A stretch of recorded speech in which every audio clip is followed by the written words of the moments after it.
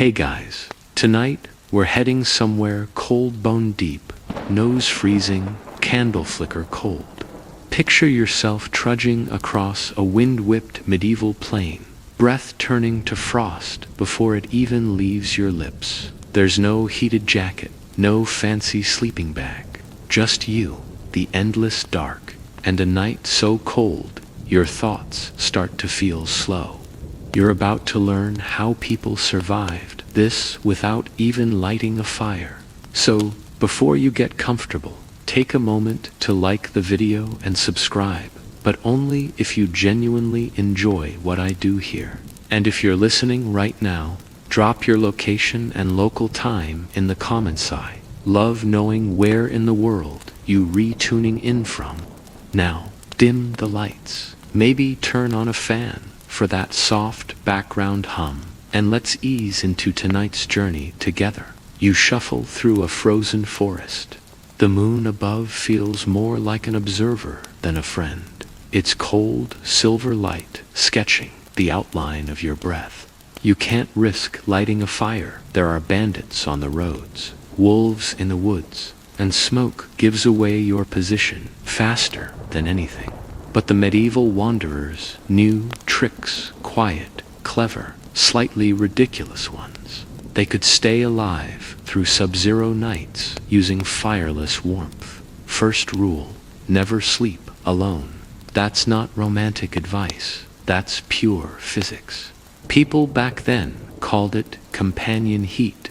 Travelers and soldiers, sometimes complete strangers, would sleep pressed side by side, wrapped in cloaks, sharing warmth through layers of linen and wool.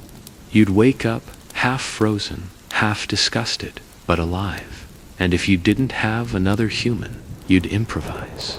Peasants stuffed straw or dry leaves under their cloaks for insulation.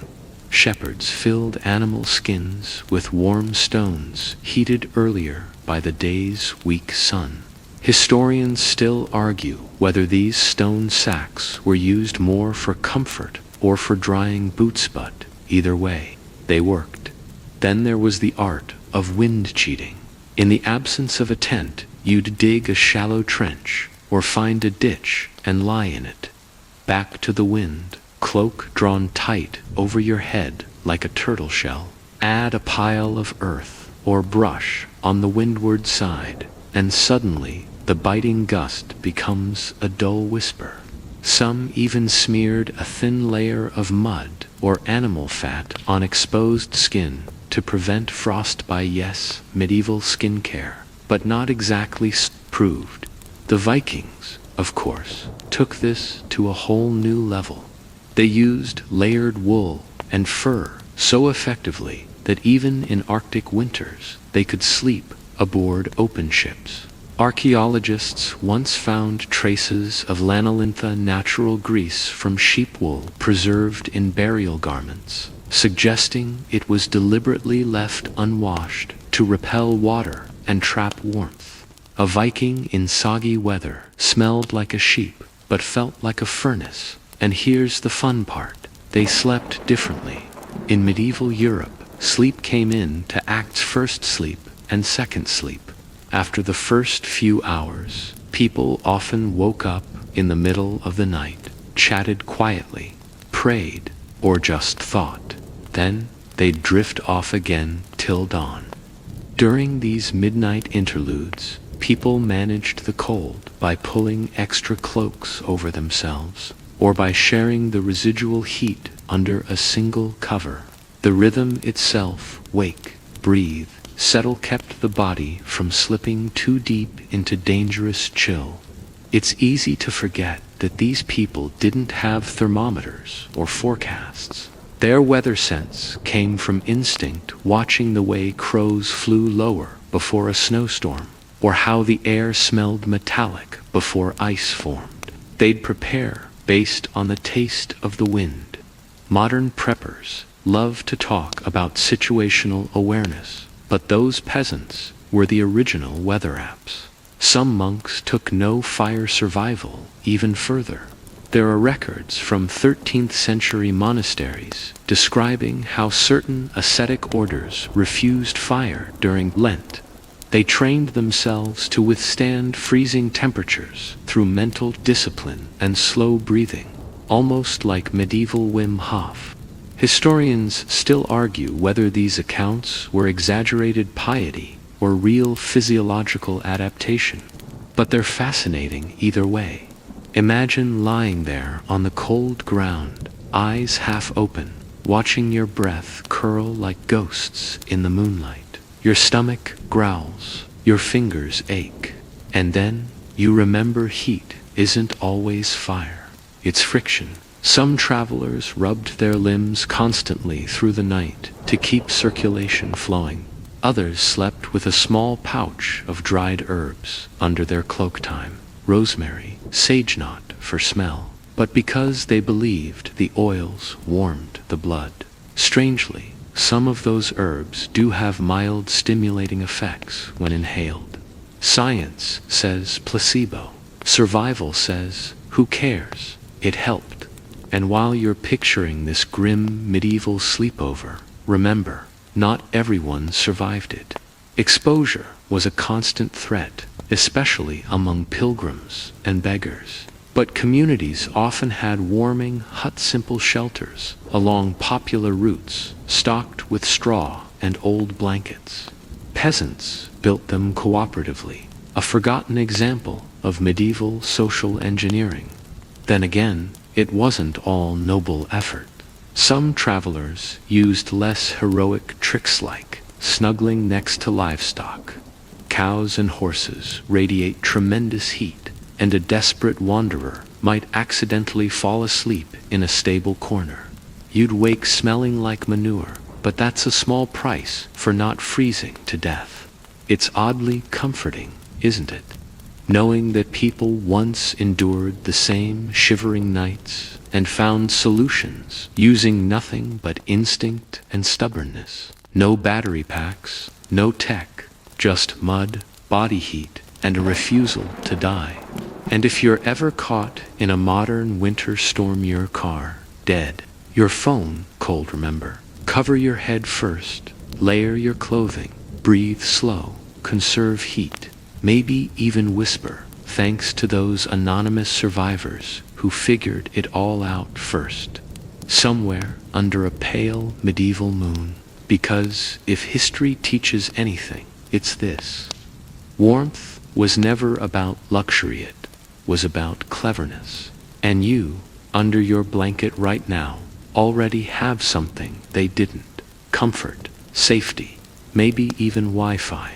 Now, let's keep walking, because there's another secret ahead. The medievals didn't just survive the cold, they built warmth from the earth itself. You brush the frost off your cloak and step into a world where walls were rarely more than mud and sticks, and home often meant the rough interior of a thatched hut or a dirt-floored barn.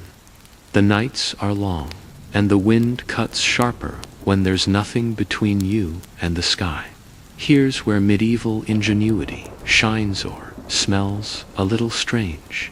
Mud, moss, and even your own sweat became weapons against the cold. Yes, you probably won't survive this the way they did, but understanding their tricks is oddly comforting. Start with mud insulation. It sounds ridiculous, but in parts of medieval Europe, peasants literally plastered walls with a thick layer of mud mixed with straw. This wasn't just about keeping livestock in, they were building thermal blankets for themselves. Mud walls stored daytime heat and released it slowly through the night. You trudge past one such wall in your imagination. The warmth trapped within seems almost alive, a subtle hum against the frost. Some historians still argue whether mud was more effective than packed turf for temperature control, but either way, it was cheap, abundant, and locally sourced. Moss, on the other hand, was nature's gift. You probably think of it as soft, green fluff clinging to rocks. But medieval survivalists used it as bedding, insulation, and even padding inside shoes. Moss is hygroscopic, absorbs a bit of moisture, yes, but also keeps air trapped, providing surprisingly good warmth. Travelers would line their cloaks or undergarments with moss, turning it into a primitive, smelly, but efficient thermal layer. Imagine the scent, a mix of forest floor, wet stone, and that faint temps of human panic. Modern preppers often ignore this simply because it doesn't fit neatly into a reusable backpack system. Then there's the intimate method, human sweat as insulation. Before you recoil, think about the logic. When people huddle together in cold, cramped spaces, shared body heat is literally life-saving. Medieval peasants leaned into this, sleeping shoulder to shoulder with family, neighbors, and sometimes strangers seeking warmth. And yes, everyone smelled a bit. Some accounts even describe smearing one another with a thin layer of animal fat or lard to trap heat. Think of it as a medieval thermal varnish. Scholars still debate how widespread or socially acceptable this practice truly was, but evidence pops up in both rural households and monastic infirmaries. Footwear got creative, too. Mud and moss weren't just wall or bed materials. They lined shoes, wrapped around ankles, stuffed into gloves. Travelers stuffed moss inside leather boots, sometimes wet it slightly to mold against the foot. The damp moss would freeze solid, yes, but it also formed a surprisingly tight barrier against the cold wind. It's the opposite of what your modern hiking guide would recommend, yet somehow it worked. And here's a quirky tidbit. In some alpine regions, people literally boiled moss in animal fat to make a paste that could be applied to hands and cheeks like a primitive hand warmer. You'd look ridiculous, sure, but frostbite, not so much. Even clothing relied on friction and layering. Woolen garments were brushed to raise nap, trapping more air. Linen layers were alternated with fur whenever possible. Remember that trick we mentioned with straw in cloaks? Peasants often stuffed straw into doublets or even under belts to insulate vital organs. You shuffle along a snowy track, imagining the crunch of straw against leather. The faint scent of hay blending with your cloak's natural oils. Modern survivalists might carry chemical warmers, but medieval ingenuity relied on the materials at hand, a willingness to get messy. Then there's the architecture of survival. Floors were often raised slightly above the earth or layered with hay and moss. Some villages arranged houses so that prevailing winds hit the livestock barns first, dissipating gusts before they reached living quarters. Wind tunnels were studied in miniature, not by engineers, but by farmers, watching where frost lingered and where smoke drifted. You probably wouldn't notice it walking past, but every structure had a hidden strategy. Historians still argue whether these designs were conscious, thermal planning, or merely trial and error over centuries, but the effect was real. Peasants also employed the sensory trick of staying warm by perception. They kept stoves or small hearths just outside living areas, the warmth trickling into rooms without smoke, giving away their position to marauders. They would place reflective metal plates or water jugs near the hearth to radiate heat longer. Sometimes, just moving in rhythm, stretching, rubbing limbs, pacing indoors, kept the body active enough to stave off hypothermia. You, lying in your bed right now, might find it hard to imagine pacing a mud hut in 20-degree weather, but these tiny motions made survival possible. Here's a fringe idea you'd love. Some medieval travelers carried warm stones in cloth pouches, heated during the day by the sun or a distant hearth. These stones radiated heat for hours. Placed against the back or under blankets, they provided a slow, consistent warmth. It's almost like a medieval hot water bottle, only heavier, and if you drop it, it could crush your toes. Scholars still argue whether stone warming was universal or a local eccentricity, but diaries and estate inventories reference sleeping stones repeatedly. Even mud and moss weren't just insulation, they were defensive. A moss-lined cloak could soften blows from falling debris or an accidental slip on ice. Mud walls didn't just trap heat, they also slowed intruders. You laugh quietly to yourself at the thought. Survival, warmth, and a bit of slapstick protection, all rolled into one. You can almost smell the wet earth, feel the soft moss against your fingertips, and sense the faint heat of a neighbor pressed just close enough to share warmth. Modern preppers might scoff at mud and moss, but in a world without furnaces or down jackets, these were not just clever, they were life-saving. By the time dawn breaks, you'd be damp, dusty, slightly itchy, but alive. And every night, those simple materials, mud moss, human sweat reminded medieval travelers that warmth wasn't just a luxury, it was strategy. You step away from the warmth of moss-lined cloaks and mud walls and face a different challenge: thirst. The medieval landscape isn't just cold, it's unpredictably dry in places and treacherously wet in others. Streams may look inviting, but a single sip could cost you your life. That's why the hidden water whisperers, peasants, and hunters developed subtle, almost magical techniques to locate drinkable water, birds, insects, plants. Even the tilt of a branch hole became guides in a world without taps or bottles. You probably won't survive this like they did, but noticing the clues is half the fun. First, watch the birds. Crows, swallows, and certain finches behave oddly when water is near. You might see them flying lower, circling in a strange pattern, or resting near a depression in the ground. Medieval hunters knew these signs intimately. They followed the birds to springs, hidden ponds, or wells.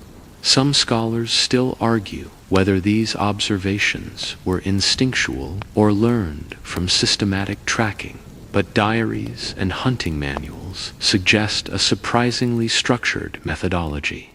You, crouched behind a frozen hedge, can almost hear the wings cutting the morning air. Then there's the insect method. Dragonflies and mayflies hover above fresh water, their breeding grounds invisible to the untrained eye. A medieval traveler would watch their flight patterns, triangulate the moisture-rich zone, and dig or search there. Even ants could provide hints. Ants favor nesting near water-rich soils, and their trails often lead to moist pockets hidden beneath the forest floor. You probably scoff at this, but without modern filtration, these observations were vital. A forked stick, surprisingly, was another tool.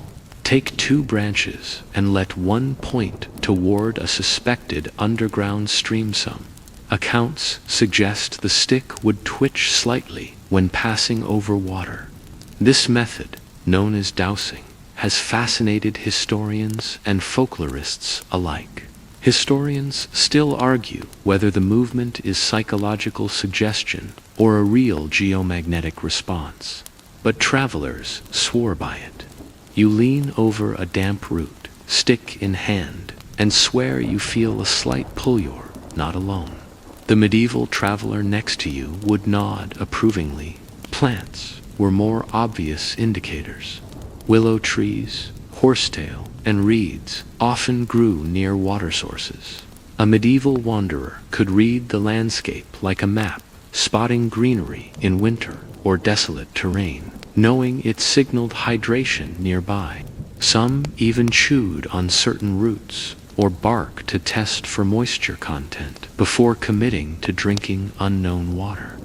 Oddly enough, modern survival guides sometimes overlook these natural signs, preferring chemical tests or bottled solutions. Then there's the bizarre yet practical trick of snow and ice. Melted snow was a primary water source, but you had to be careful not to overcool your core temperature while collecting it. Some travelers would place snow in a cloth, squeezing it gradually to extract liquid, or drop small stones into a pot of melting snow to hasten warming. This was a subtle, slow, almost ritualistic process. One misstep, and hypothermia became a silent companion. And of course, wells were sacred, sometimes literally. Villagers maintained communal wells with care, marking them with signs or simple fences to prevent contamination. Pilgrims and wandering merchants relied on the goodwill of locals, often offering a small coin or favor for access. A single misjudged sip from a polluted well could trigger dysentery, a deadly threat in a medieval environment. Quirky enough, some wells were reputed to be blessed or cursed, and superstition mixed seamlessly with practicality. Here, S1ULL, appreciate. Medieval travelers sometimes carried water gourds tucked in straw or moss to keep the liquid from freezing overnight. Some gourds were lined with animal bladder or even thin sheets of lead. Odd, yes, but effective. You shake a hypothetical gourd and imagine the sound of semi-frozen water sloshing inside. A reminder that ingenuity often outweighs comfort. Historians still argue whether these lined containers were standard practice or luxury for the well-off, but mentions appear across centuries and regions. Another clever method involved condensation traps. Travelers would hang leaves or cloth near morning dew or cold night surfaces to capture water drop by drop. You might raise an eyebrow, but in a pinch, a cloth dripping with dew could be life-saving. Some survivalists today still debate whether medieval people applied these techniques systematically or stumbled upon them out of desperation. Yet records suggest it was a learned skill passed from parent to child. Sometimes water was hidden in plain sight, a hollow tree, a natural depression in rock. Even a hoofprint filled by rain could offer enough for a cautious traveler. There are even accounts of monks collecting moisture from church roof gutters, filtering it through cloth before drinking. It's strange, yes, but entirely practical. You can almost picture the cautious hand dipping into that narrow trickle, tasting the cold, earthy essence of medieval ingenuity. And let's not forget bird calls as signals.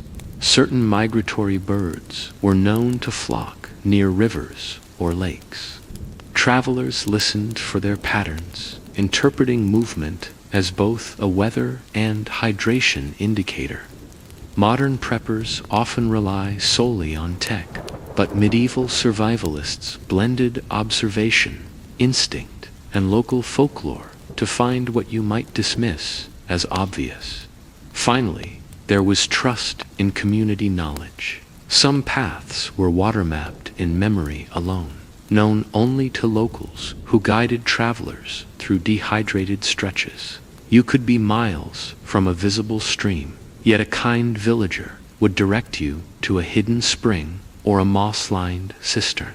This communal intelligence often mattered more than any physical tool. By nightfall, after miles of wandering, you'd appreciate the skill required to locate drinkable water without GPS. It's not just about survival, it's about reading the land, the creatures, and the subtle cues that whisper life into your veins. And as your lips touch the cool, filtered sip, you understand why these forgotten techniques endure in story, even when modern methods forget them. You're thirsty no longer, but your stomach growls in protest. Food in the medieval world wasn't just sustenance. It was strategy, medicine, and sometimes a gamble with decay. Tonight, you'll discover one of the stranger survival tools our ancestors trusted: rotten bread. Yes, you heard me right. Moldy loaves weren't garbage. They were prized remedies and emergency nutrition. You probably won't survive eating this with a modern stomach, but understanding why it mattered is fascinating.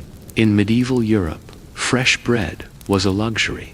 Flour quality varied, ovens were inconsistent, and preservation was a constant challenge. When bread turned hard and even grew fuzzy with mold, some communities didn't throw it away. Instead, they transformed it into a medicinal or survival resource. The mold, often penicillium, was unknowingly antimicrobial. While historians still argue whether medieval bakers and apothecaries fully understood the science, records show that moldy bread was crushed and applied to wounds or chewed to treat infections. Imagine the taste: earthy, bitter, almost chalky, but undeniably functional. Even beyond medicine, rotten bread had practical survival uses. Travelers would soak stale or slightly moldy loaves in water or ale to make porridge. The moisture softened the tough crusts, making them edible without fire. In famine years, it was a literal difference between life and death. You shuffle through a hypothetical village market and see crates of discarded loaves, not waste, but emergency stockpiles. Some peasants even carried small rations of aged bread, believing its stronger flavor warded off hunger pangs longer. Scholars still debate whether these practices were systematic or born from desperation, but evidence appears across multiple European regions. Curiously, some bread molds had bizarre side effects. A few were hallucinogenic in tiny amounts, especially rye infected with claviceps purpurea, the ergot fungus. You probably think, wait, that's poison. And yes, it could be, but small doses were sometimes used to treat migraines or induce labor. Monks, apothecaries, meticulously recorded these effects, balancing risk and reward.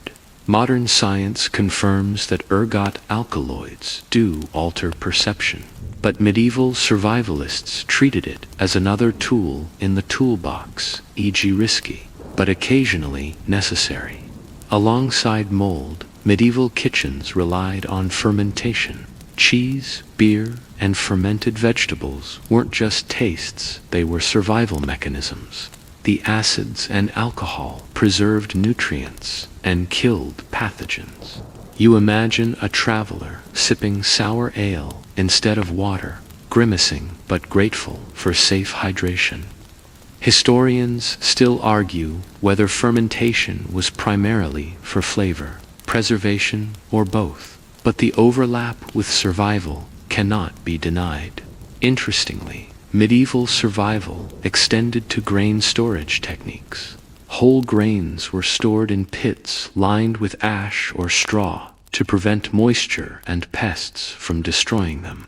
You might raise an eyebrow at the simplicity, but this meant the difference between a winter without food and starvation.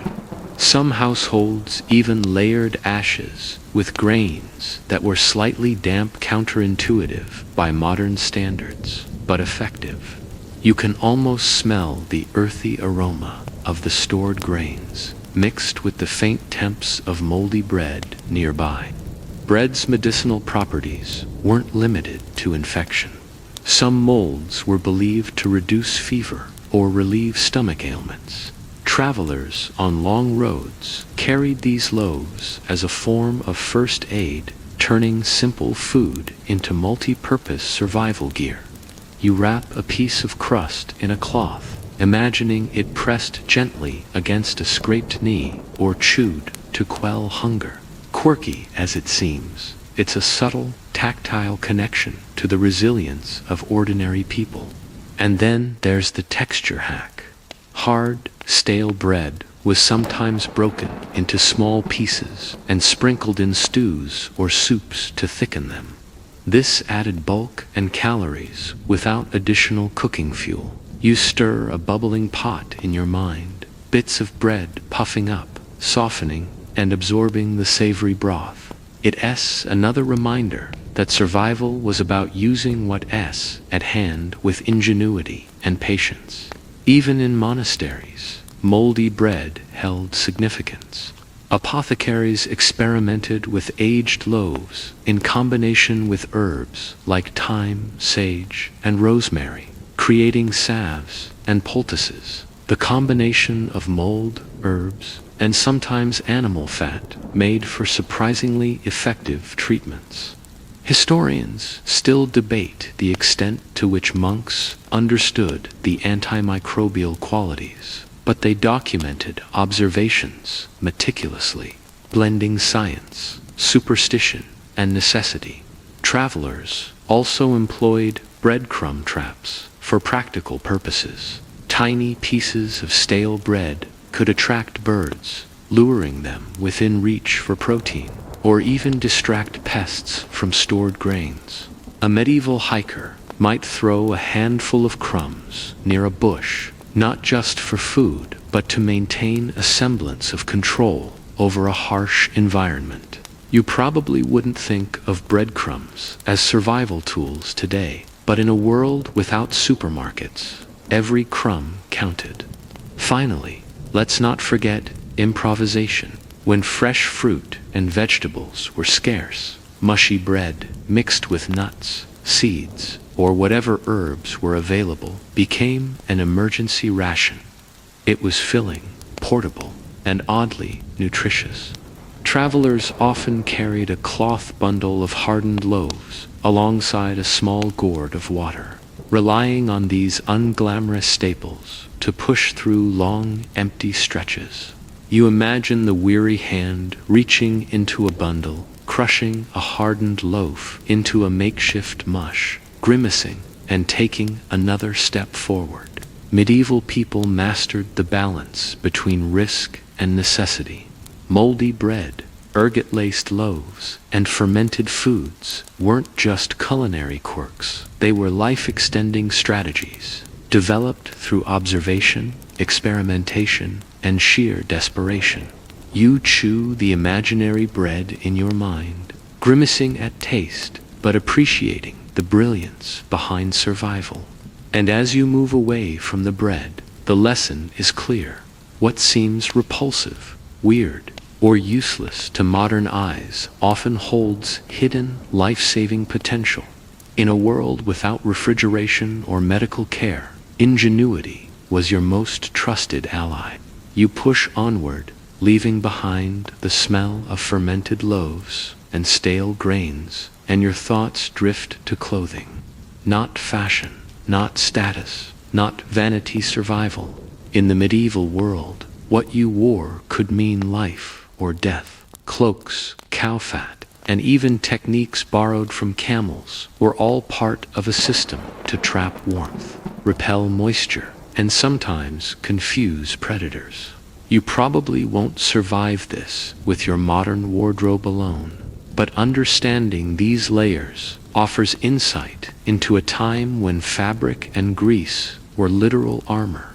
Start with cloak simple, heavy woolen sheets with hoods. The magic wasn't in the wool itself, though quality mattered, but in layering. A single cloak was okay. 2 cloaks, folded and tied around the torso, could mimic a modern down jacket. Peasants would tuck straw or moss between layers for extra insulation, and even the folds of the cloak's hem were stuffed to keep feet warm.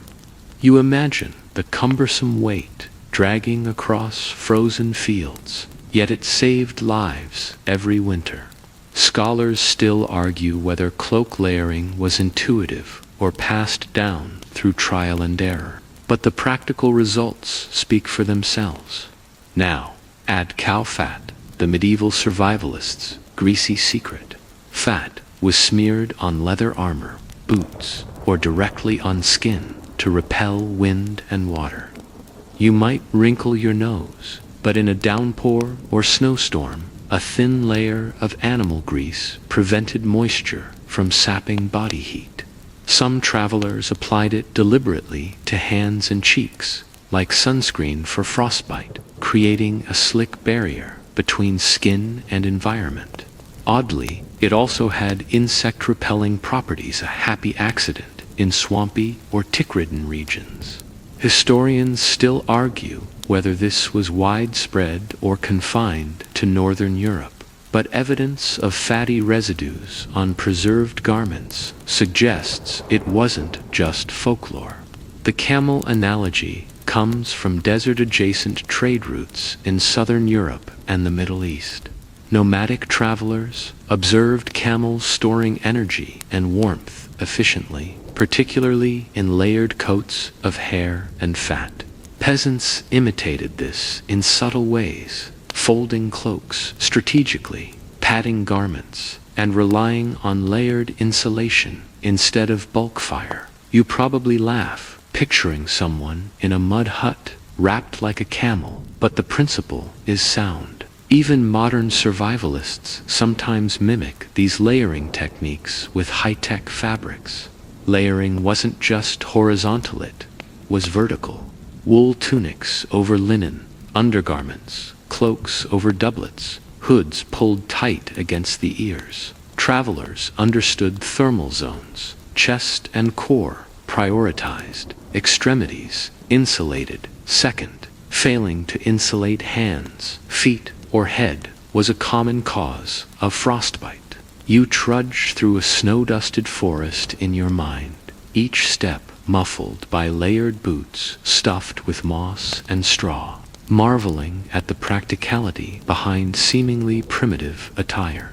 Interestingly, cloaks and fat had camouflage benefits. A hunter wearing a dark, mud-smeared cloak could vanish into woods. Smeared fat reduced shiny surfaces that might reflect moonlight. Modern preppers sometimes overlook this dual purpose, warmth and concealment. Monks traveling at night would use similar methods, blending into shadows while moving silently between abbeys. Scholars still debate whether concealment or insulation drove these practices, but clearly both were achieved. Gloves and boots received special attention. They were often stuffed with straw or moss, lubricated with fat, and layered with leather. Some travelers carried removable inner linings for extra warmth. Small pouches of straw or moss could be swapped out when damp. You probably won't carry this in a modern backpack, but in a medieval winter, it was revolutionary. Hoods were more than head coverings. They were microclimate chambers. A hood drawn tightly over the face trapped exhaled heat, reducing frostbite risk on cheeks and nose. Some hood designs even had small flaps to divert rain or snow, an early waterproofing trick. Travelers knew instinctively to lift the flap, occasionally to avoid suffocation, balancing warmth with airflow. It's small, almost comical, yet life-saving. Belts and sashes were also strategic. They secured layers, trapped warmth at the waist, and sometimes held emergency supplies like flint herbs or dried bread. You can picture a medieval traveler bending, adjusting a belt over several layers of clothing, ensuring that no heat escapes. There's humor here, to imagine trying to sit or crouch without collapsing the whole layered system. Yet, it worked. Even hair and personal grooming played a role. Travelers often braided long hair or tucked it inside hoods to retain warmth. Monks shaved parts of their heads for hygiene, but left hair around the ears and nape to buffer cold. You probably overlook such subtle tricks today, but in a frost-laden environment, every inch matters. Finally, consider grease layering as protection beyond warmth. Leather or cloth coated with fat-resisted abrasion, water, and even light weapon strikes. You might picture someone slipping in the mud, sliding across frozen earth, and still emerging largely unscathed because grease absorbed friction. Quirky, yes, but undeniably clever. By the end of the night, after trudging through wind and snow, you'd have a system of cloaks, layered garments, and grease that rivals any modern thermal gear. It wasn't glamorous, it wasn't comfortable, but it was life. And as you imagine the traveler adjusting a moss-lined cloak, patting a greased boot, or tugging a hood snug over a reddened face, the lesson is clear. Medieval people didn't just wear clothes, they engineered survival. You've survived the cold. Now comes the hunger. Food in the wilderness, especially the medieval wilderness, was not a matter of taste. It was a matter of endurance. Forget roasting chickens or finding apples. Survival meant knowing what wouldn't tea kill you and what might keep you alive for one more day. You imagine yourself trudging through a frost-bitten forest, stomach hollow, teeth chattering. Somewhere, faintly, a bird cries. Somewhere else, a stream whispers beneath a skin of ice. The medieval traveler's skill was in tea, in catching grand priot, was in seeing food where others saw nothing. They started with roots, turnips, burdock, parsnip, cattail, all crude, bitter things that grew half-frozen in muddy soil. Peasants learned to recognize their stalks by touch alone. A burdock root, boiled twice and salted with ashes, became edible. A cattail rhizome, fibrous and grake, could be pounded into paste, mixed with fat, and baked into a makeshift bread. You can almost smell it, wet, smoky, grim, but edible. When famine deepened, travelers turned to bark. Yes, tree bark, not any bark though. Birch and pine offered thin inner layers called cambium. Stripped, scraped, and boiled, they yielded a kind of starchy mush. Scandinavian records from the 13th century mention peasants living for weeks on birch bark flour during the Great Hunger. You imagine grinding bark on a flat stone, dust flying, praying it doesn't splinter your throat. Then came foraged greens, nettles, sorrel, chickweed, wild garlic. In springtime, these were blessings. In winter, rare, but a traveler who knew which valleys caught early sunlight could find shoots under melted snow. Boiled nettles with a lump of tallow became soup, thin but sustaining. People said nettle soup put blood back into the body, and maybe they were right. Tit was rich in iron. Of course, there were mushrooms, dangerous territory. One wrong choice, and you'd end up writhing in agony beside your fire. Experienced wanderers recognized safe varieties, puffballs, bolets, chanterelles. Others relied on animals. If birds pecked it and lived, it was safe. If not, best to move on. Some boiled suspicious mushrooms 3 times, tossing away the water each round. Survival through repetition, not certainty. Protein came rarely, but when it did, it came small. Snails, worms, beetles, frogs. Not glamorous, not heroic, but packed with life. Snails were boiled in their shells, worms roasted on hot stones, beetles ground into flour. A medieval proverb said, "Better the worm than the hunger," and they lived by it. Even monks, bound by dietary laws, quietly permitted insects during fasting. Fish were salvation. Rivers and ponds teemed with perch, carp, and eel. Medieval peasants built fish traps from woven reeds, funnel-shaped baskets placed in shallow currents. Some even froze, their hands breaking ice to set these traps. You can see it now, a man kneeling in icy water, fingers blue, smiling faintly when he lifts a wriggling silver prize. Eel fat, in particular, became valuably burned, clean, warmed the body, and stored easily. For travelers near the coast, seaweed and shellfish were miracles. Limpets, mussels, and clams provided quick protein. Dried seaweed replaced salt in desperate times. A chronicler once described coastal villagers surviving entire winters on boiled kelp and limpets.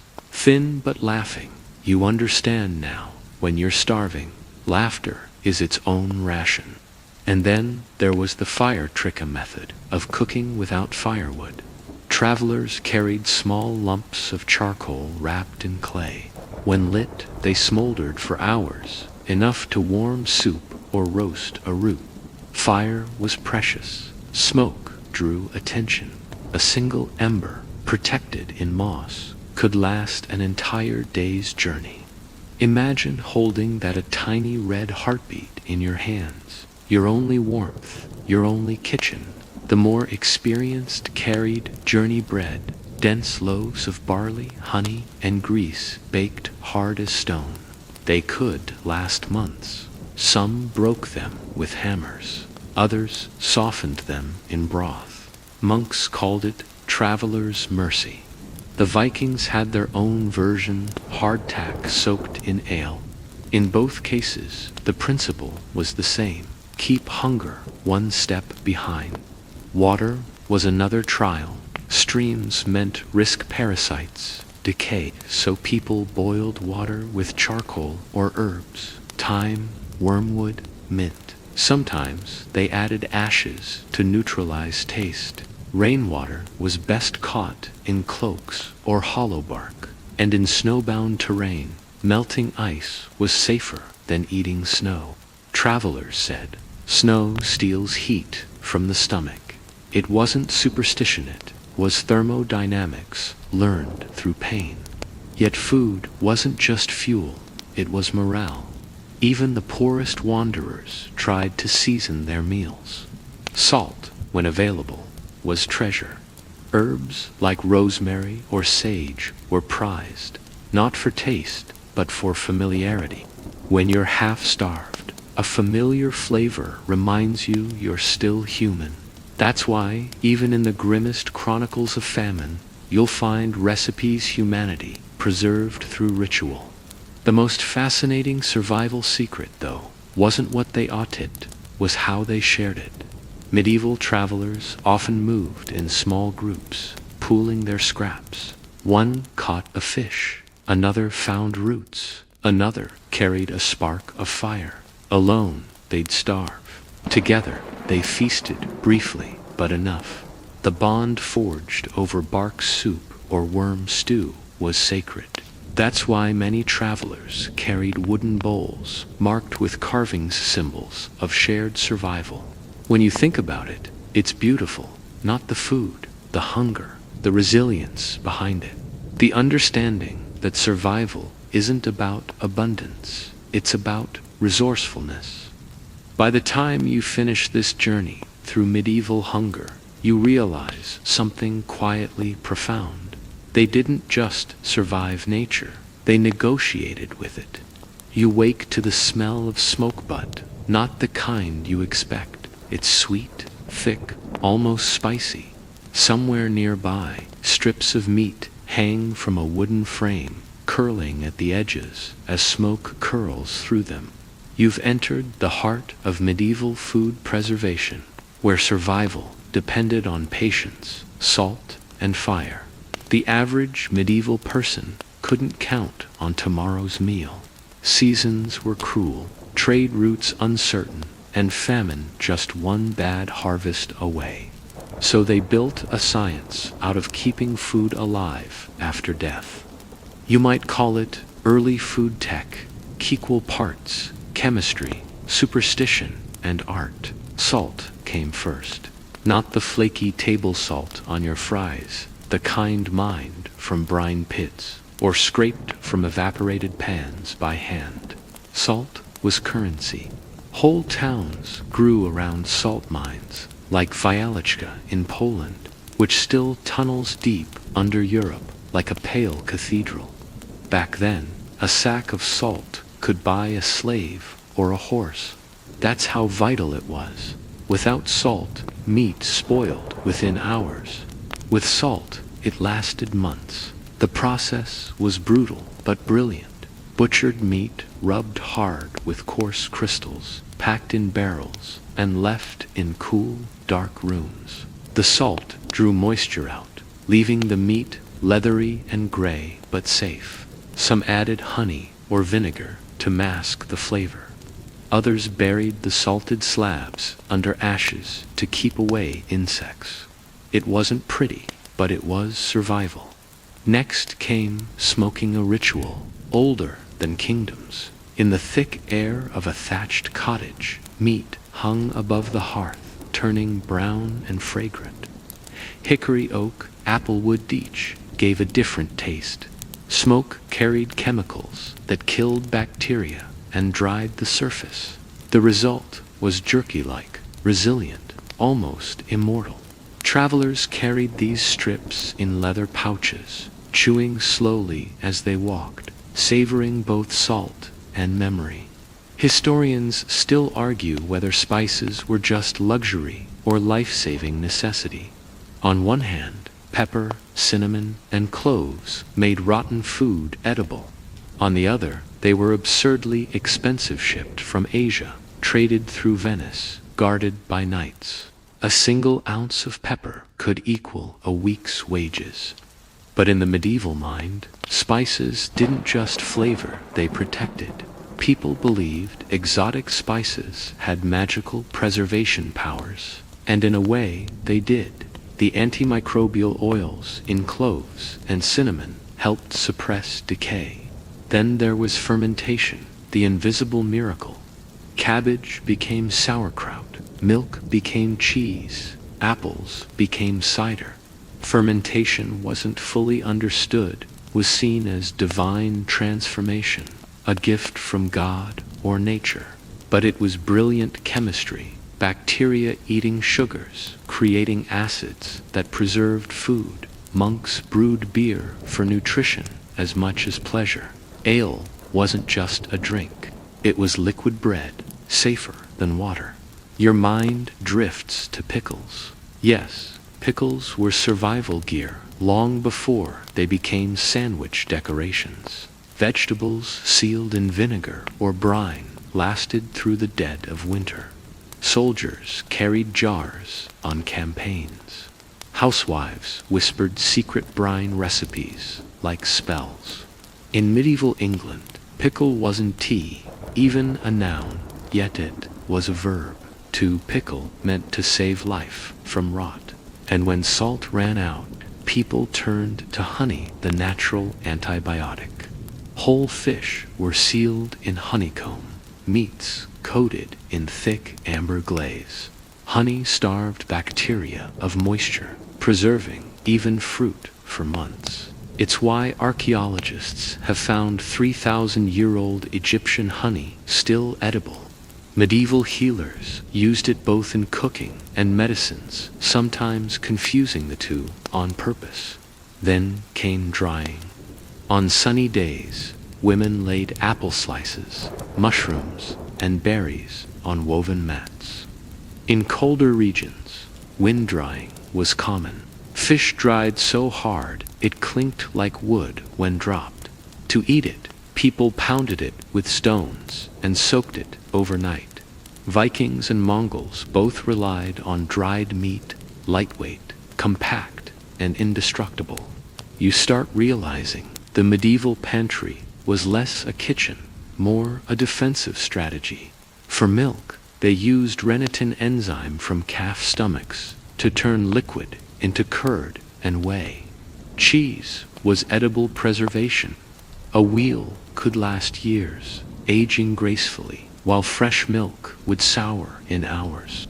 Monks built entire economies around it. Some even carved prayers into cheese rinds, believing divine words improved taste. Maybe it was placebo, or maybe holiness, as flavor historians still argue. And then there's saltfish, the king of survival foods. Dried cod, called stockfish, fed armies, sailors, and entire nations. It was so tough it needed to be beaten with hammers before cooking. Yet it traveled from Norway to Africa, traded like gold. Even Columbus stocked his ships with it. So next time you see a dried cod hanging in a museum, realize you're looking at medieval energy bars. But not every technique aged well. Some were bizarre, even dangerous. Peasants sometimes preserved meat by submerging it in animal fat, creating a thick seal against air. Others wrapped it in cloth soaked with vinegar and ashes. And when famine deepened, some fermented blood with otsa, kind of proto-black pudding, meant to last weeks. You probably won't find that at Whole Foods. What's remarkable is how sustainable it all was. No plastic, no chemicals, just time, salt, smoke, and instinct. Each process reused what nature gave: ashes for curing, wind for drying, bees for sealing. Modern preppers might admire that balance. Medieval people didn't just store food, they partnered with decay, slowing it instead of fighting it. Picture yourself now, sitting beside that smoky cottage hearth. The air is thick, your eyes sting, but your stomach growls with comfort. Hanging meats sway in the draft, their scent rich and ancient. The world outside may freeze or starve, but here, inside the flicker of smoke and salt, you've built something close to immortality. A pot simmers quietly beside U-beans, salt pork, wild herbs. The same recipe has likely been eaten for 500 years. You lift a spoonful, taste the salt, and realize something humbling. This isn't luxury. This is memory preserved through hunger, fire, and faith. The fire dies to embers, and night folds around you again. But this time, you're not thinking about warmth or hunger. You're thinking about light, or rather, the lack of it. Because in the medieval world, the dark wasn't just a time of rest. It was a territory, one full of danger, superstition, and clever tricks that most modern preppers wouldn't even think of. You blink into the black, your eyes adjust slowly, shapes sharpen, shadows move, and then you realize this is exactly what a medieval traveler had to master every single night. Surviving the dark was a skill all its own. First rule, don't fight the darkness, embrace it. You'd think they feared the dark, but they didn't, not like we do. They respected it, even used it. Candles were expensive, oil scarce, and torches loud and smoky. So instead, they learned night vision the old-fashioned way, patience and training. To prepare for nighttime travel, hunters and guards would spend minutes in the half-light, closing one eye when a lantern was lit, then switching eyes once it went out. That single trick kept one pupil fully dilated and ready for darkness. It's the same principle soldiers still use today. You can almost feel it, one eye squinting against the glow, the other secretly keeping its quiet, private map of the night. And there were foods, too. Carrots, yes, though not the mythic orange kind, but purple and white roots, rich in lutein. People believed they improved sight in the dark.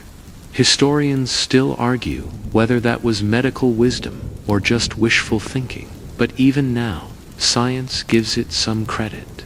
Then there were night paints, strange ointments made from crushed herbs, animal fat, and soot smeared under the eyes to cut glare from firelight. Some guards swore by them. Others said it was nonsense. But it's recorded that Norse watchmen rubbed fish oil mixed with ash beneath their eyelids before raids. Try not to picture that too vividly. Still, when light was needed, medieval people got creative. The humble candle, far rarer than we imagine, was treated like treasure. Made from tallow or beeswax, it burned unevenly, dripping like time itself. The rich used beeswax, clean, sweet-smelling, bright. The poor, they used animal fat, smelly, smoky, short-lived. But light wasn't always meant to reveal. Sometimes it was meant to deceive. Imagine a small hut on a hill. Raiders approach, scanning for life. Suddenly, a flicker appears in the window, a candle, or so they think. They steer away, assuming someone's awake. But the truth, it's not a candle at all. Medieval villagers used candle decoys, polished bits of tin or mica set near the embers, reflecting a single flicker of firelight. From a distance, it looked like movement, like life, enough to fool a thief or a wolf. The opposite trick worked too. Travelers who didn't want to be seen carried covered lanterns, boxes with tiny slits or sliding lids. You could open it just enough to light your feet, then close it instantly if danger stirred. The Crusaders even used versions of these while raiding dark lanterns, they called them. Pirates would later steal the same idea. Speaking of pirates, their trick for stealth fires spread through Europe. Dig a pit, line it with stones, and burn embers deep inside. The heat escaped, but the smoke didn't. A traveler could warm their hands over a patch of dirt while enemies walked past, none the wiser. But sometimes, the greatest weapon in darkness wasn't light, it was sound. Medieval folk learned to listen differently. Without street lamps or screens, night sharpened the ear. Guards measured distance by echoes, hunters followed breathing, and villagers could recognize a friend's footsteps before seeing their face. You try it now, closing your eyes, letting sound paint the space around you. There's a reason they called it night sense. Still, darkness wasn't just physical. It was psychological. Night was when stories came alive. Ghosts, demons, and the devil himself were said to roam. To protect themselves, people whispered prayers before sleep or carved symbols into doorframes, not out of blind fear, but to anchor the mind, because panic killed faster than wolves ever could. Monks, on the other hand, embraced the dark differently. The vigils, or midnight prayers, were held in unlit chapels. Candles were forbidden except for reading scripture. They believed walking through darkness with faith was an act of courage. Historians still debate whether this discipline improved their mental endurance, but surviving on 2 hours of sleep a night while fasting certainly took more than piety. There's one particularly strange trick from the English countryside, the candle clock. Monks and merchants marked time at night by etching rings into candles. Each ring burned for about 20 minutes. To wake up at a certain hour, they'd stick a thin nail into the wax at the desired mark. When the candle melted enough, the nail fell onto a metal plate with a clink, like an ancient alarm clock. You can imagine the sound echoing in the dark, the soft hiss of wax, then a sudden metallic whisper. The night also had its secret colors. Blue was invisible under moonlight. Red vanished in torchlight. Thieves and scouts wore dark blues and browns, not black, because black actually reflected starlight. Hunters covered their faces with mud or soot. Some women even used ashes as night makeup to sneak food to prisoners or lovers unseen. And yet, despite all their skill, they respected darkness as something sacred. In medieval thought, light belonged to God, darkness to the unknown. But both were necessary. You can't survive one without the other. You find yourself smiling, half in awe, half amused. The medieval mind, for all its superstition, understood something modern people often forget. Darkness isn't your enemy, it's your teacher. You take a breath, the stars above are bright and cold. Your eyes now see everything, the faint glimmer of dew, the curve of the path, even the ghostly breath that escapes your lips. And you realize your ancestors weren't afraid of the dark. You wake before dawn to the sound of quiet murmurs, not prayer, not music, but something else. A rhythm of shared labor, of whispered planning. You step outside, and there it is, a cluster of villagers around a single fire, hands working in unison, faces glowing faintly in the half-light. This isn't family, this is community survival, medieval style, the lost art of cooperation that modern preppers often ignore. You might think survival means independence, you a backpack, and the will to outlast the apocalypse. But the medieval world would laugh at that. No one survived alone. The woods, the fields, the winter, they belonged to everyone or no one. A man alone in those centuries wasn't brave. He was doomed. So they built networks, quiet, invisible, deeply human systems of shared endurance. You see it in the way people worked together. The commons, they called it, open pastures, rivers, and forests shared by the village. Everyone took what they needed, but no one took too much. A delicate balance, enforced not by police, but by shame. If you over-harvested wood or hoarded fish, you didn't get arrested, you got remembered. And in a small village, memory was the harshest punishment of all. At dawn, groups gathered for what was called the bee hour. Everyone contributed something, milk, firewood, woven cloth, or labor. The elderly taught, the strong hunted, the children fetched water. There was no currency in the way we understand it. The real wealth was reciprocity, knowing that when famine came for you, the same hands you once helped would pull you back. Historians still argue whether this system was truly altruistic or just a smart survival strategy. Maybe it was both, but either way, it worked. When a storm wiped out a crop, neighbors replanted. When wolves attacked a shepherd's flock, the whole village tracked them down. When a cottage burned, it was rebuilt, stone by stone, hand by hand, not for profit, but because next time the fire could be yours. And it wasn't just about work, it was about ritual. Every week, medieval villagers held feasts, not because they had abundance, but because they needed hope. The poorest homes brewed ale collectively.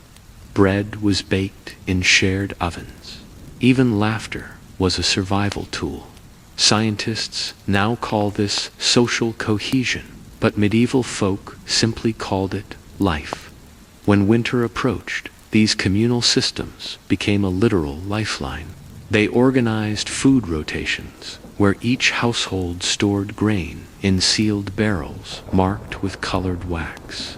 Red wax meant wheat, green meant rye. Every week, a grain warden checked for spoilage. No one wanted to waste a single crumb, and in deep famine years, they held lean feasts, public meals, where the meager food was divided equally, even among strangers.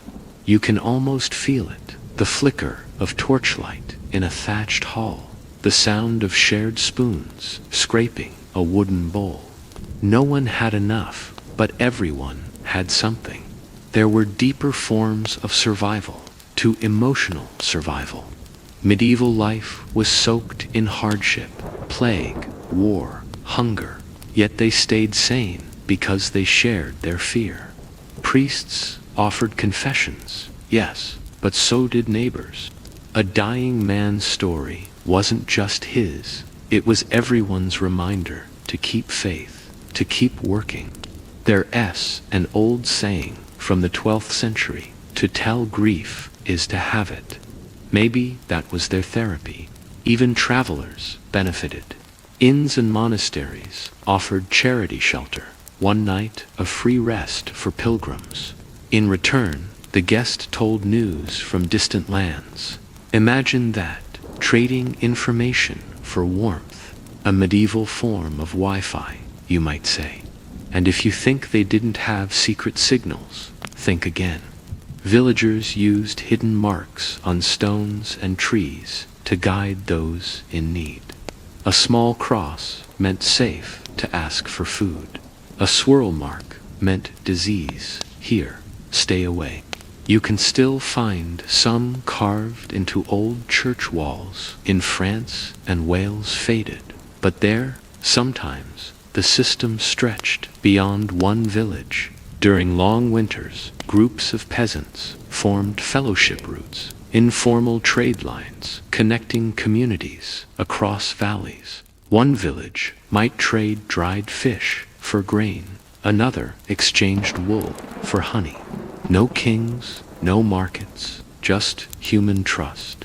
They called it the long barter, and it was as sacred as any oath.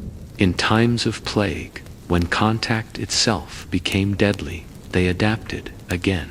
They developed quarantine markets, placing goods at the edge of town, marked by stones. Buyers left coins in vinegar to disinfect them. Sound familiar? It's the same instinct that guided us through pandemics centuries later.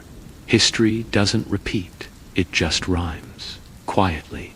But perhaps the most fascinating form of communal survival was their faith in fairness. Even justice was communal. If someone stole food, the punishment wasn't death, it was debt. The thief had to repay what was taken, plus labor, plus humility. A public apology wasn't humiliation, it was cleansing. Everyone saw it, forgave it, and moved on. Try getting that from a modern court system. And through all of it, the medieval person carried a quiet belief that isolation was death. Togetherness wasn't sentiment, it was strategy. You think about it now, comparing it to our world of locked doors and digital friends. We stockpile batteries and bottled water, but how many of us could count on the person next door? If a storm wiped out your food tonight, would anyone share theirs, or just scroll past your plea? Maybe that's the lesson hidden in all this. Real survival isn't about the gear you hoard. It's about the people who knock on your door with half a loaf of bread and say, "Eat, you can help me tomorrow." The fire in the center of the village crackles. Someone laughs, someone prays, and as you drift back toward your bed of straw, one truth settles softly in your mind. They didn't survive despite each other. They survived because of each other. UV probably never had to melt into a hedge to avoid a tax collector or a hungry wolf butt in the Middle Ages. This was practically an art form. You re-walking now through a forest so thick that daylight itself feels like a guest who overstayed its welcome. The air is damp and green. Each footstep is a small betrayal of sound. If you were a medieval hunter or a monk escaping a raid, you'd know exactly how to disappear into this hush. You start by learning the first rule of vanishing. The forest sees before it hears. People in the Middle Ages understood this better than most. Hunters, poachers, even humble woodcutters could read wind direction like a scholar reads scripture. They knew which way scent traveled, which shadows would reveal a shape, which twig would ruin a day's stalking. You think you're quiet, but then your boot brushes a fern, and you realize silence isn't the absence of sound, it's control. They used mud as foundation and moss as makeup. The Celtic and Saxon hunters would smear their faces with peat or ash, darkening skin to blend with bark and soil. Some monks, fleeing persecution or war, took similar lessons from nature itself, wrapping themselves in rough brown cloaks that matched the woodland floor. The Benedictines even joked that humility wasn't just spiritual, it was practical, camouflage. And then there was scent. Medieval people didn't have deodorant, but they had something better: awareness. Hunters masked their smell with crushed pine needles, smoke, or even animal dung. Yes, really, you can imagine the Tinder profile. Historians still argue whether these scent rituals originated from pagan spiritual practices or pure pragmatism, but either way, you wouldn't want to be downwind. In some manuscripts, monks describe covering themselves with rosemary or lavender when they had to travel unseen, as these herbs were thought to fool both human and animal senses. Imagine a fugitive monk smelling faintly like your grandmother's garden while slipping through the underbrush, every heartbeat syncing with the pulse of the forest. You reach a small clearing and pause. The wind shifts and a chill rolls down your arms. You remember that in medieval Europe, disappearing wasn't just stealth, it was survival. During wars, ordinary villagers learned to hide entire families within haylofts or behind false barn walls. There are accounts from the 100 Years' War of peasants digging shallow earth pits lined with straw, lying still for hours as armies thundered past. Above, the discipline of stillness became a kind of meditation. In Japan, the ninja called it sen no sen, reading and responding before motion even begins. Europe had no ninjas, but hermits and woodsmen achieved similar control. They practiced forest breathing, a slow, rhythmic intake through the nose that wouldn't disturb leaves or frost. You try it now, instinctively lowering your shoulders. The forest seems to breathe back. Even warfare borrowed from these lessons. Medieval scouts wrapped their armor in cloth, rubbed it with soot to dull the shine, and learned to step heel to toe to muffle crunching. In Wales, ambushers painted themselves with lichen before lying in wait for Norman patrols. Chroniclers call them the green ghosts. You start to understand why knights feared forests more than dragons. And yet, the monks might have been the true masters of invisibility. In some abbeys, they designed cloisters with hidden passages and silent courtyards where footsteps vanished into moss. Their lives were dedicated to contemplation. What is contemplation, if not vanishing from the noise of the world? The art of disappearing wasn't always about running. Sometimes it was about being unseen by choice. There's a strange comfort in that idea. Modern preppers talk about bug-out bags and tactical ghillie suits, but your medieval teacher would smile and say, "Just learn to listen first." You can almost hear them whispering, reminding you that camouflage begins inside the mind. A leaf falls on your shoulder, and for a moment you freeze. Somewhere distant, an owl calls. Your heartbeat slows. You're invisible now, not because you've vanished, but because the forest has accepted you as one of its own. Remember that crocodile dung sunscreen from earlier. That same weird ingenuity shows up here too. People used what they had: muck, herbs, soot, even the smell of smoke from last night's fire to rewrite how the world perceived them.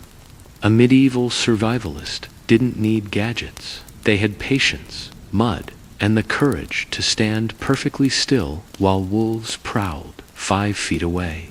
You move again, careful, soft. Your feet find the spaces between twigs. Your breath becomes a whisper. This isn't just stealth, it's communion. Somewhere, deep down, the forest approves. And as you step forward, the lesson lingers. Disappearing isn't about escaping sight. It's about learning to belong so completely that even danger forgets your name. You glance upward. The canopy begins to thin, and through the jagged silhouettes of trees, the first stars begin to bloom.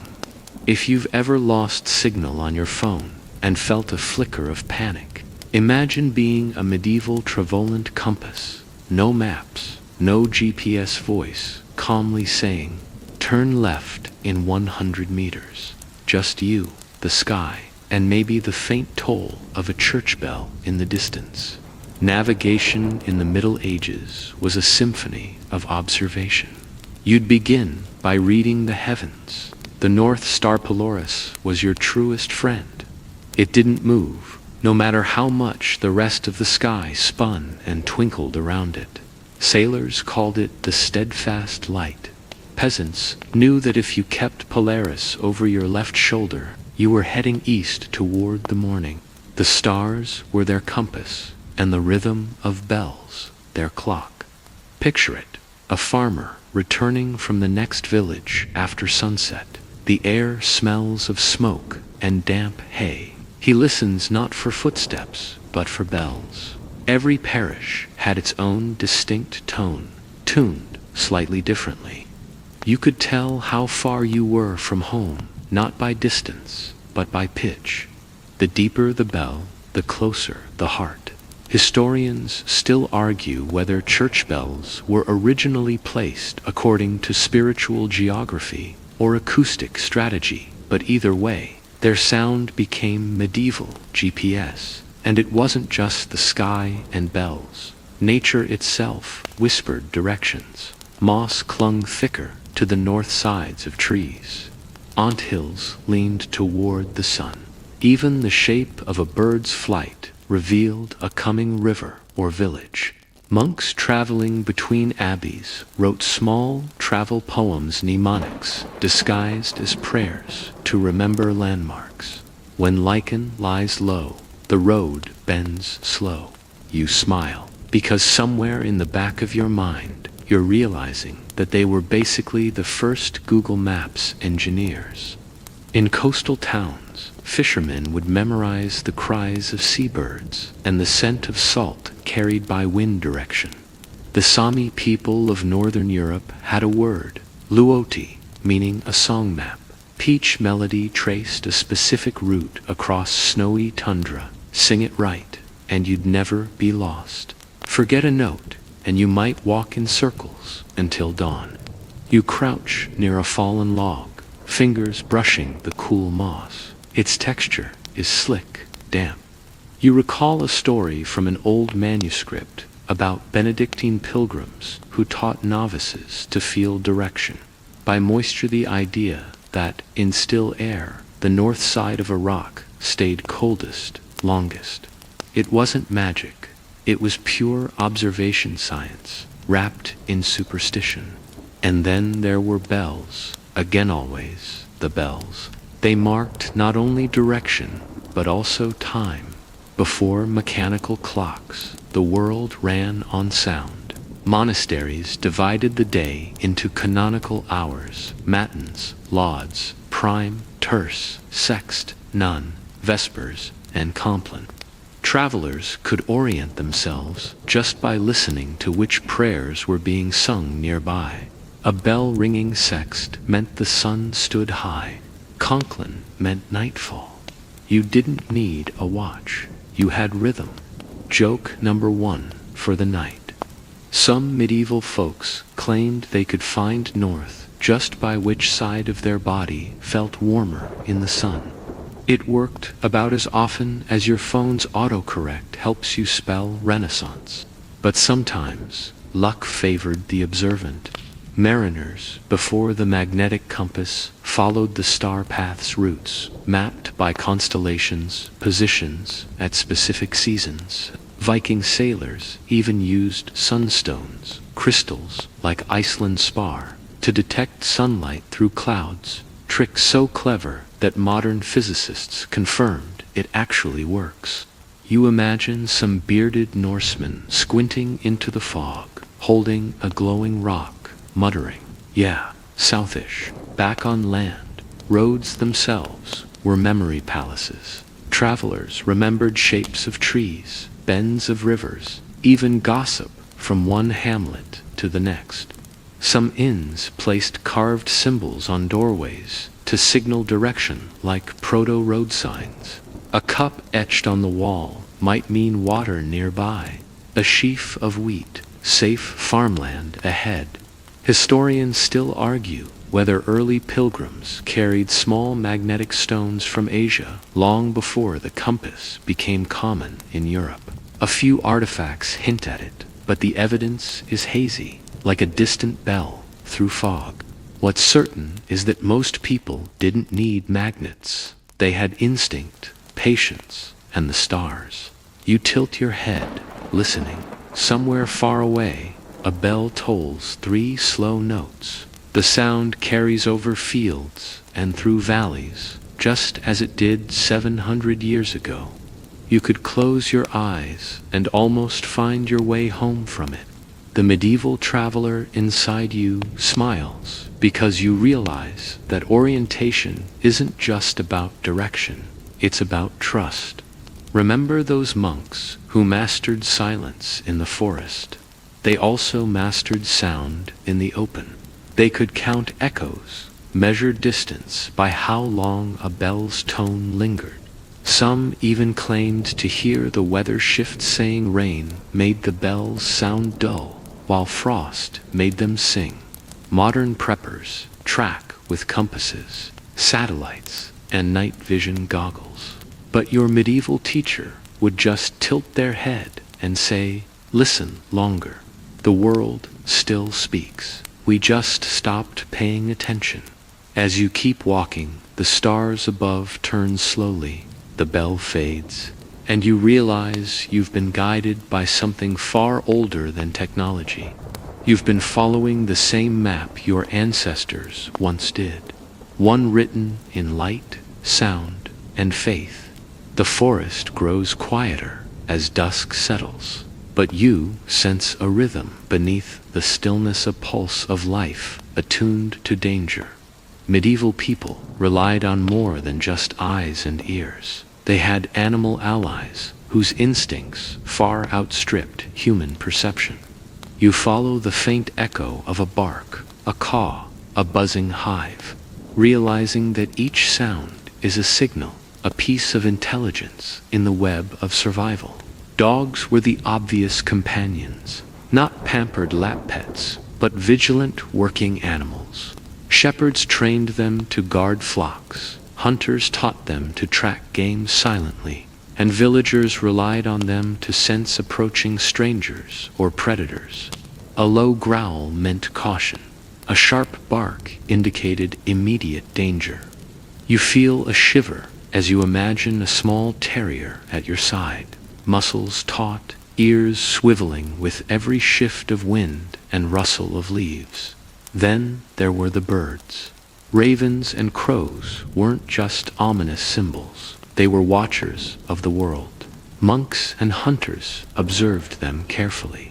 A raven circling low could mean wolves were near. A sudden flurry of caws could signal human intrusion.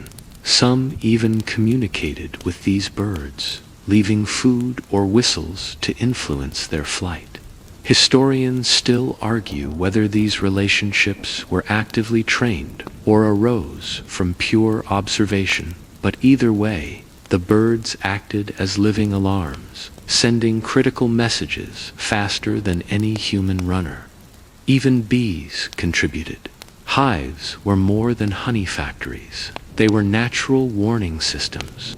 Bees reacted to changes in weather, predators, and human disturbance. A sudden swarm or frantic buzzing could indicate storms, flooding, or the presence of wolves or intruders. Farmers read these signals like an early weather app.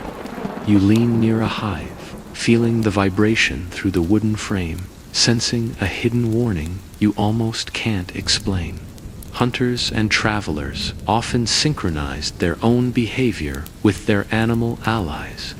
Dogs alerted to rustling prey, birds indicated the safest paths, and bees warned of storms before the first drops fell. The medieval world became an ecosystem of sensors, humans, animals, and the environment, all part of a single responsive network. Even in war, animals were indispensable. Messenger pigeons delivered information across enemy lines. Dogs patrolled camp perimeters. Hawks and ravens scouted for hidden enemies. Chroniclers described the green ghosts, wolves trained hunting dogs, or birds signaling danger whose presence kept villages and soldiers alive. Modern preppers rely on cameras, motion sensors, and alarms, but medieval survival relied on living intuition, honed by observation and trust. You realize that, in this system, animals weren't just companions, they were partners, sensors, and early warning systems. Listening to the forest now, the distant bark, the caw, the low hum of a hive, you understand danger may lurk, but it will never be silent. You take a deep breath, letting the forest's vigilance settle over you. Your animal allies are everywhere if you only pay attention. Survival, in its purest form, was never a solo endeavor, was a dance with life itself. The shadows deepen, and your pulse quickens, slightly not from the cold, but from the creeping awareness that your mind is often your fiercest opponent. Medieval survival wasn't just about fire, food, or shelter. It was also about mental endurance, the subtle armor forged from prayer, ritual, and psychological hacks designed to steady nerves when fear threatened to overwhelm. You trudge carefully, feeling how every thought can either weigh you down or lift you higher. Prayer was the first line of defense. It wasn't only spiritual, it was tactical. Repeating sacred verses or short mantras created rhythm and focus. Your breathing aligns with the cadence of your words, and suddenly your racing heart slows. Soldiers, monks, and peasants alike used this practice to anchor themselves in moments of uncertainty. Even a single line whispered under your breath can become a mental shield, separating panic from action. Visualization was another tool. Scouts traveling near hostile territory imagined every step of the path before taking it, rehearsing dangers and escape routes in their mind. Children navigating thick woods learned to picture safe spaces and landmarks to avoid getting lost. Historians still argue whether these exercises were conscious strategies or instinctual behaviors, but the effect was clear. Rehearsal reduced fear and increased confidence. Amulets and charms reinforced this mental armor. Tiny crosses, carved tokens, or sprigs of rosemary weren't just superstitious, they were confidence boosters, reminders that you could endure. Holding something tangible in your hand anchored attention and reinforced the sense of safety. You feel a subtle calm, imagining a small charm pressed in your palm, its presence enough to steady your mind against the unknown. Even humor played a role. Jesters and wandering storytellers weren't merely entertainment, they trained people to tolerate stress.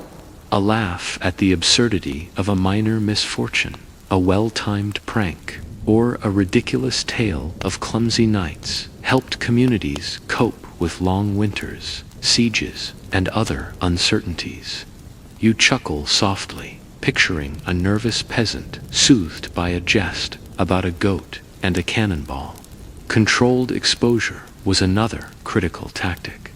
People faced small fears, repeatedly crossing rickety bridges, navigating dark alleys, or sneaking past guards to build mental resilience. Each success reinforced confidence.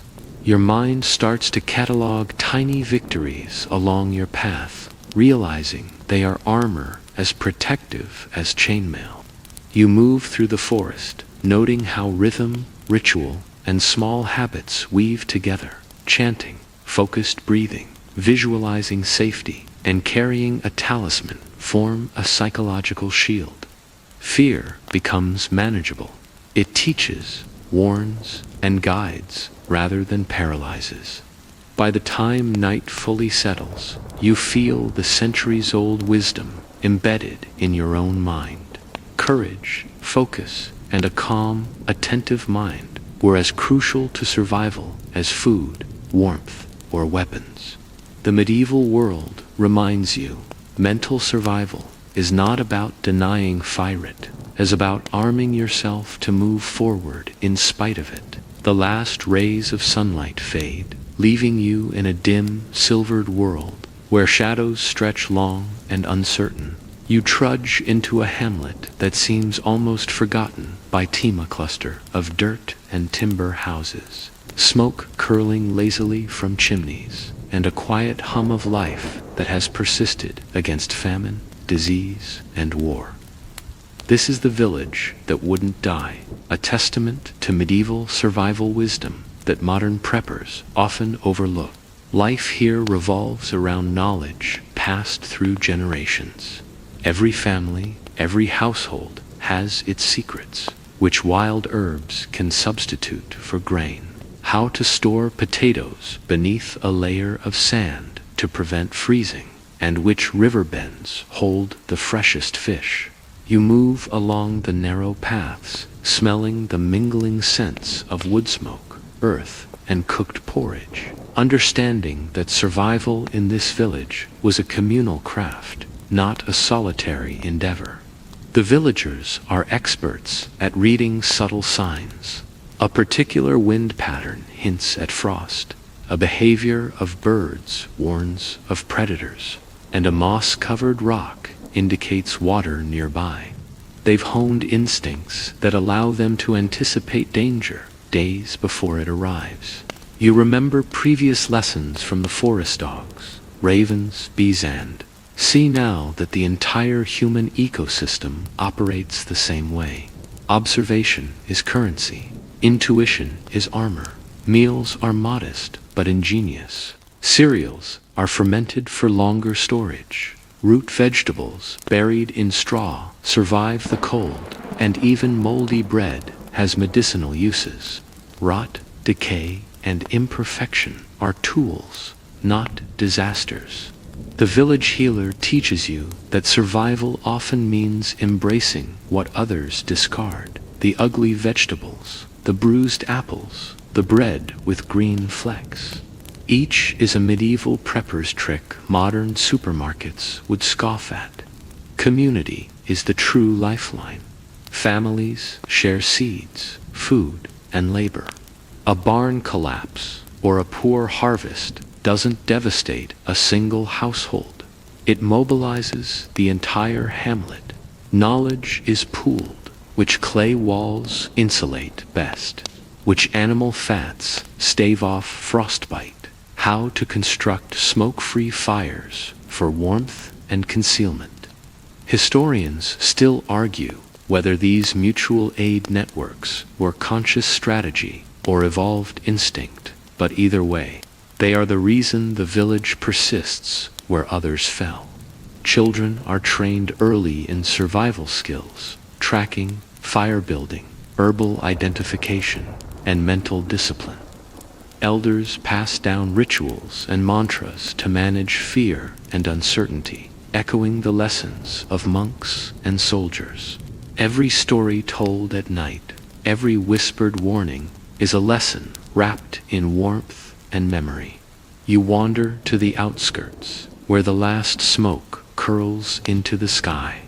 The hamlet seems fragile, yet resilient its strength is hidden in everyday routines, in observation, and in the shared understanding that survival is a collective endeavor, not a solo feat. Even centuries later, their techniques outshine many modern gadgets and survival guides because they rely on adaptability, intuition, and community. As night fully settles, the village lights glimmer like faint stars, and you feel the centuries of wisdom sink into you. You realize that survival isn't just tools, weapons, or strategies, it's trust, memory, and an intimate connection to life itself.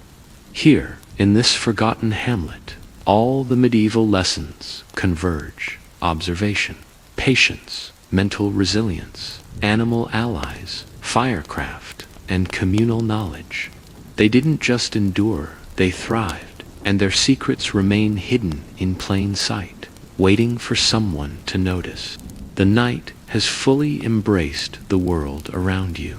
Shadows stretch softly, and the air is cool against your skin. You slow your steps, letting the rhythm of your breathing match the gentle pulse of the forest, the quiet hum of distant animals, and the fading echoes of human life from the village you just left behind. Every sound, every rustle, every whisper is part of the tapestry of survival you've wandered through tonight. Imagine the warmth of shared fires, the soft brush of moss underfoot, and the careful attention of a dog at your side. Picture the stars above, steadfast and guiding, while distant bells toll silently across unseen hills. All around you, life continues, quietly attentive, waiting, and protective. You've walked paths that centuries ago were alive with hunters, monks, peasants, and travelers, each relying on wisdom that balanced fear with ingenuity, danger with observation, and uncertainty with ritual. Let your mind linger on those lessons, the clever fires that gave warmth without revealing location, the animals whose senses were sharper than your own, the chants and mantras that steadied hearts, the murky waters made safe by careful reading of birds and moss.